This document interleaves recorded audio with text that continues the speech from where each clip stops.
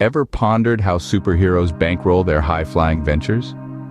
After all, those sleek suits and advanced gadgets don't come cheap. Sit back, relax, and prepare for an entertaining journey into the economics of superhero finance. Picture the scene. Batman, fresh from a night of crime fighting, sits at the Bat computer, not to analyze the latest villain's plans, but to balance his checkbook. The Batmobile doesn't run on hopes and dreams, you know. And those fancy batarangs? They aren't exactly bargain bin material.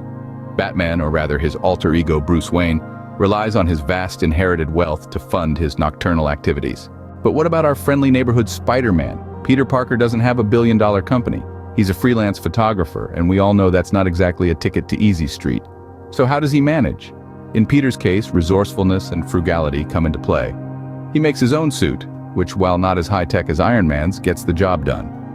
And those web shooters, made from commonly available materials.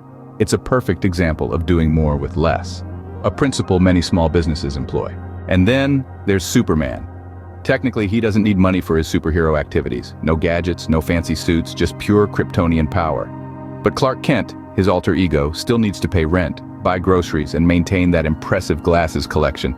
His job as a journalist helps cover these costs. But what about taxes? Imagine the IRS scratching their heads trying to figure out how to tax the Avengers. Do they file as a team or individually? And what about deductions for Hulk's pants? Those things rip like tissue paper. And let's not even get started on insurance. Can you imagine the premiums on the Batmobile? In all seriousness, superheroes illustrate economic principles in action. Batman embodies the power of investment and wealth accumulation. Spider-Man showcases the importance of frugality and resourcefulness. Superman demonstrates that not all value is monetary. And the Avengers, well, they're a perfect example of the tax complexities faced by multinational organizations.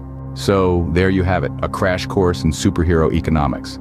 While we can't all be billionaires like Bruce Wayne or aliens like Superman, we can learn from their financial strategies, invest wisely, spend frugally, and remember, even superheroes have to pay their taxes.